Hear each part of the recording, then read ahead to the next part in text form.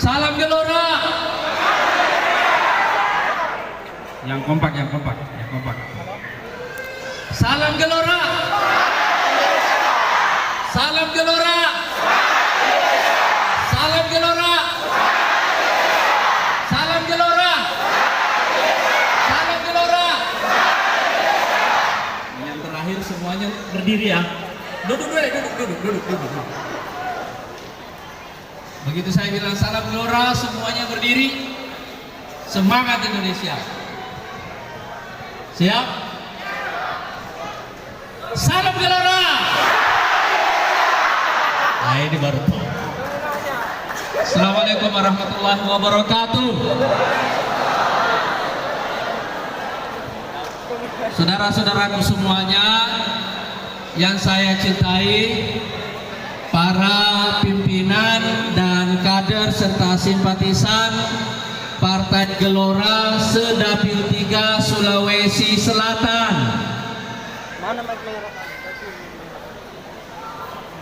Mana Kota Palopo? Yang dari Palopo mana? Yang dari Palopo?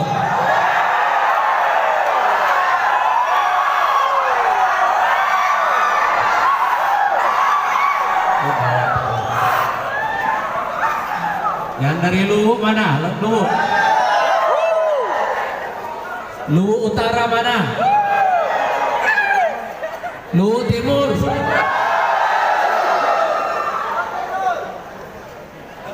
Tator. Endrekan. Pindrang.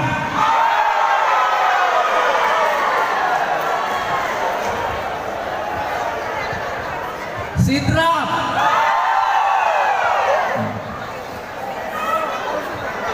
Pindrang.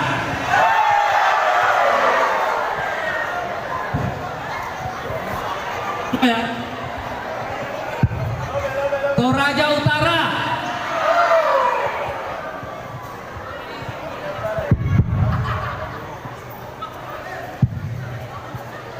Saudara sekalian, saya ini punya kenangan di Luwu Utara ya, di Luwu Timur ya, Mangkutana ke Luwu Timur ya. Dulu kira-kira tahun 1983 sampai 1985 orang tua saya tinggal di Mangkutana. Jadi dulu saya pernah sering di tahun-tahun itu datang ke tempat ini. Dan saya pernah jatuh cinta satu kali di sini.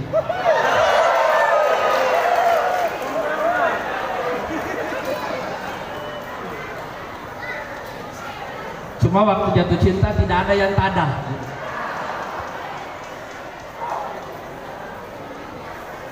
Yang kedua, saya juga mau menyebutkan bahwa ini Pak Budi Sadaidi, Ketua DPD kita di Kota Palopo, ini adalah satu contoh dari rekonsiliasi yang baik dengan Pak Wali Kota.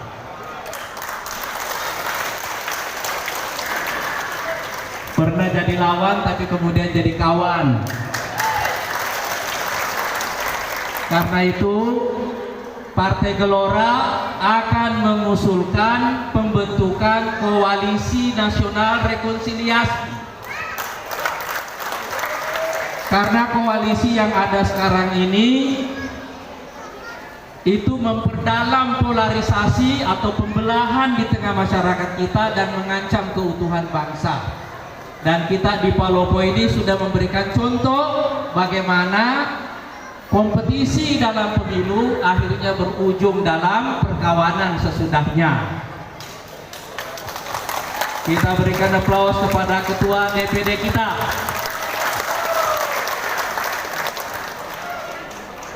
Alhamdulillah Pak Wali Kota juga ada, Pak Yudas. Beliau lagi ke toilet. Alhamdulillah kita semuanya bersyukur kita menyaksikan fenomena rekonsiliasi ini dengan baik. Yang ketiga saya juga mau sebutkan, Sekum di Kota Palopo ini adalah anak dari guru saya dulu di pesantren. Lukman ini, bapaknya ini namanya almarhum Ustaz Abdul Khalik dulu guru nahwu saya, guru bahasa Arab dulu. Nah, saudara-saudara sekalian, tadi kalau sejak masuk ke sini tadi, saya sudah merasakan bahwa insya Allah ada aura kemenangan di Dapil 3 Sulawesi Selatan.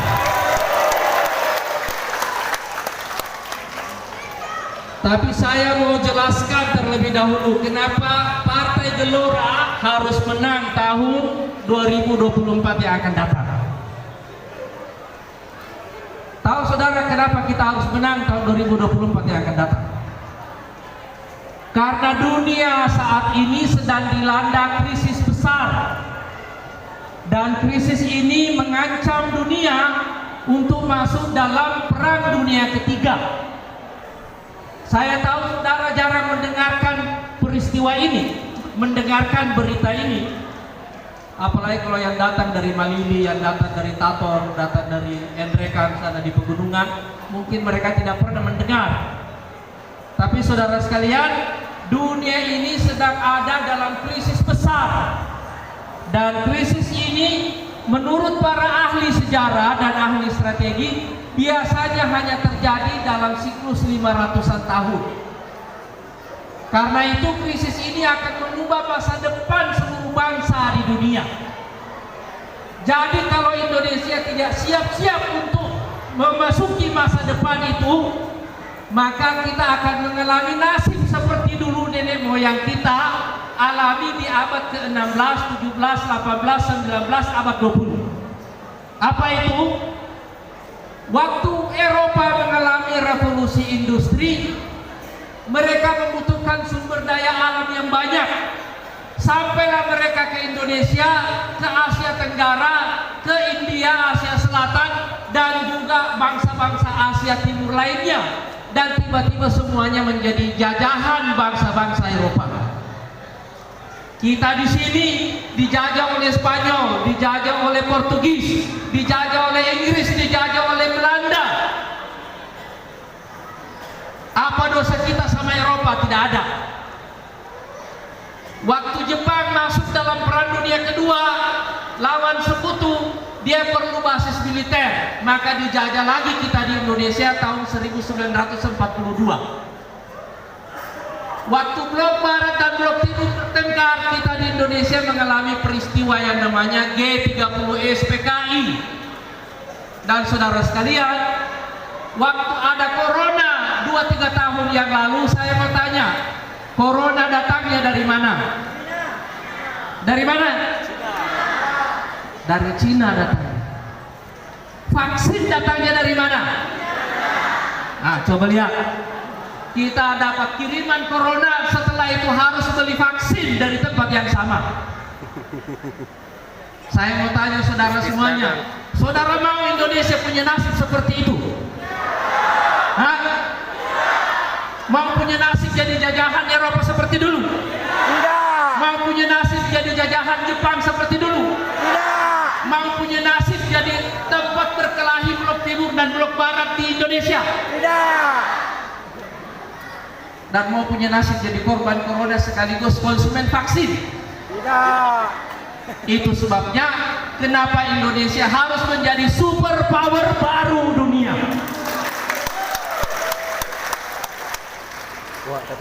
Nah, ini mungkin banyak ibu-ibu tidak mengerti ini apa itu super power. Ya kan? Nah, mengerti ternyata, saya pikir tidak mengerti, ternyata mengerti. Tahu kan super power, tahu kan? Kekuatan yang besar. Ada ibu-ibu saya mau tanya dulu nih, kalau punya suami mau suaminya kuat gak? Hah? Suka suami yang kuat atau yang lemah? Wah, dengar bapak-bapak, dengar. Ibu-ibu sukanya suami yang kuat. Tapi bapak-bapak suka punya istri yang kuat gak? Itu masalahnya.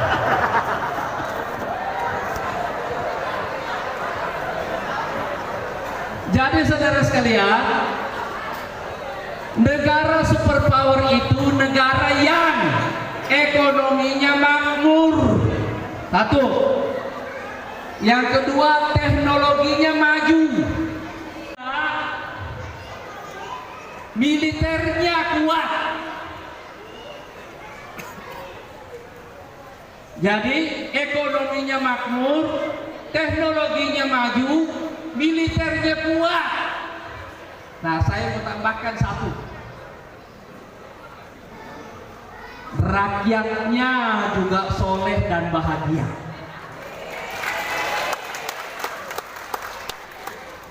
Jadi kita mau kalau ada orang pergi ke masjid, itu orang soleh pergi ke masjid. Tapi jangan sampai yang pergi ke masjid ini kantongnya kosong.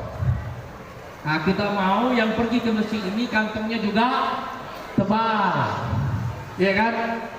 Jadi kita mau Indonesia ini menjadi bangsa yang agamis, yang religius, bangsa yang soleh, tapi ekonominya makmur, teknologinya maju, militernya kuat.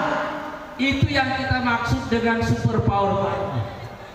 Sekarang saya mau tanya, kenal nggak ada negara yang namanya Amerika Serikat? Bapak-bapak tahu? Ibu-ibu tahu? Mau nggak Indonesia jadi seperti Amerika Serikat?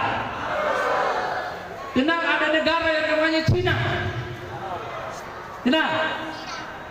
Mau nggak Indonesia itu semakmur, sekaya dan sekuat Cina? Tahu ada negara yang namanya Jepang? Mau nggak Indonesia itu sekaya dan sekuat semakmur Jepang? Tahu ada negara yang mendiami satu kontinen, satu benua yang namanya Eropa? Ada Inggris, ada Prancis, ada Jerman, ada Belanda. Mau nggak Indonesia sekaya dan semakmur mereka? Itulah tujuan Partai Gelora.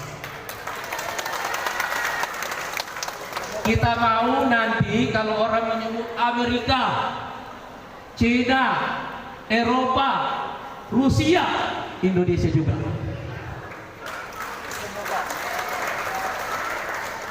Kenapa Indonesia harus menjadi superpower?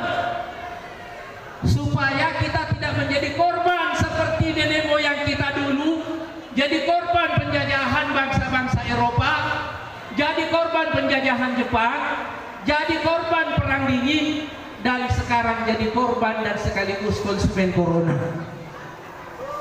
Itu yang kita maksud, bagaimana menjadikan Indonesia menjadi superpower baru. Sekarang saya mau tanya saudara semuanya, setuju tidak dengan cita-cita Partai Gelora ini? Nah, sekarang saya mau tanya lagi, apakah kita mampu menjadi superpower baru? Mampu? Saya mau kasih tahu saudara semuanya, Indonesia ini sekarang penduduknya sekitar 270 juta. Berdasarkan jumlah penduduk, Indonesia ini nomor 4 di dunia. Setelah Cina, mungkin sekarang sudah kalah dengan India, Amerika Serikat, kemudian Indonesia. Jadi berdasarkan jumlah penduduk, Indonesia adalah negara keempat terbesar di dunia. Ya. Tapi berdasarkan agama, Indonesia adalah negara Muslim terbesar di seluruh dunia Islam. Saya biasa berceramah di Timur Tengah. Saya bukan alumni Timur Tengah, tapi saya sering berceramah di Timur Tengah. Di Kuwait, di Mesir, di Maroko, Aljazair, dan lain sebagainya sejak lama. Setiap kali saya berceramah di depan mereka, mereka selalu bertanya satu hal: kapan Indonesia menjadi pemimpin-pemimpin kami ini?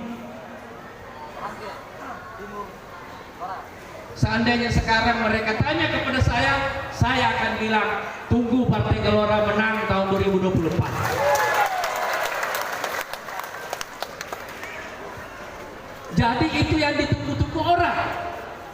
Sekarang saya mau jelaskan lagi kepada saudara, Laut Indonesia ini itu kira-kira sama luasnya dengan Laut Mediterania. Laut Mediterania itu laut yang ada di antara Afrika dan Eropa. Negara-negara seperti Spanyol, Portugis, Prancis, itu adalah Italia, ini adalah negara bagian di wilayah Eropa yang menghadap ke Laut Mediterania. Kalau dari Afrika itu ada Maroko, ada Tunis, ada Aljazair, dan seterusnya. Luas wilayah itu, luas Laut Mediterania itu sama dengan luasnya Laut Indonesia.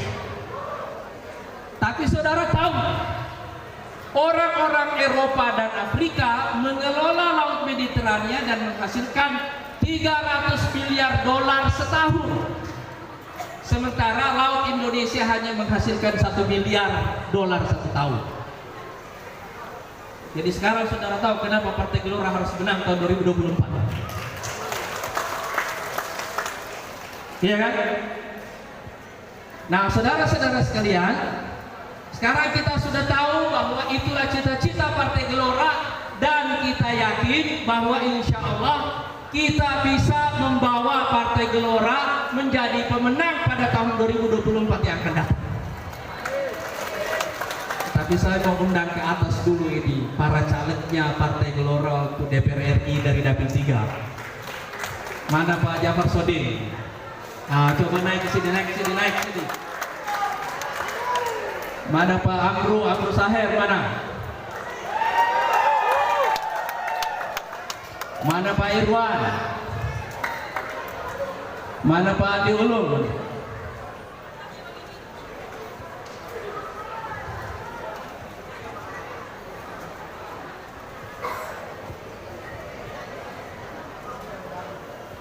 Nah, saya mau undang lagi.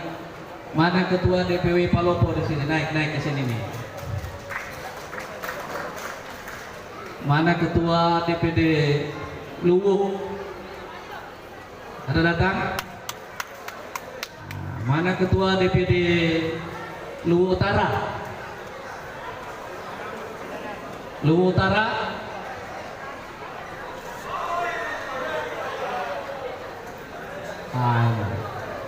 Luwu Timur?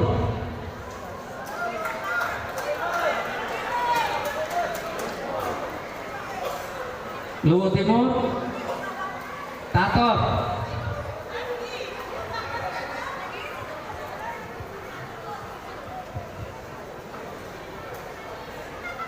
Pindrang?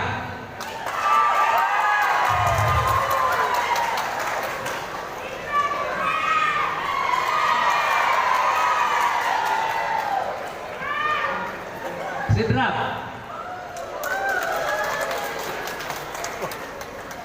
Hendreka? Udah ada? Kok sekaligus ya? Toraja Utara ya? Ada? Mana Ketua DPW-nya? Ketua DPW mana? Ketua DPW?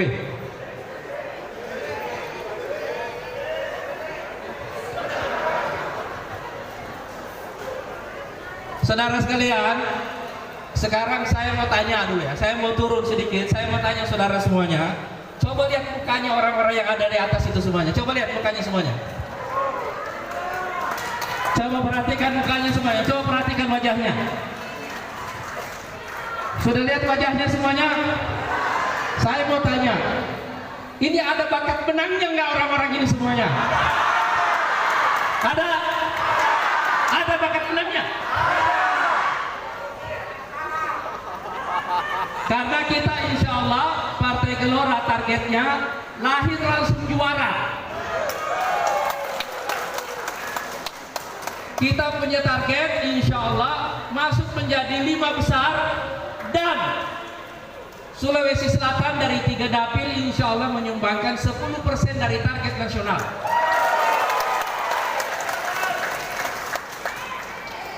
Salam Gelora. Salam Gelora. Salam Gelora. Salam Gelora. Salam Gelora. Salam Gelora. Salam Gelora. Yang ketujuh berdiri semuanya. Salam Gelora. Nah, sekarang kita nyanyi dulu.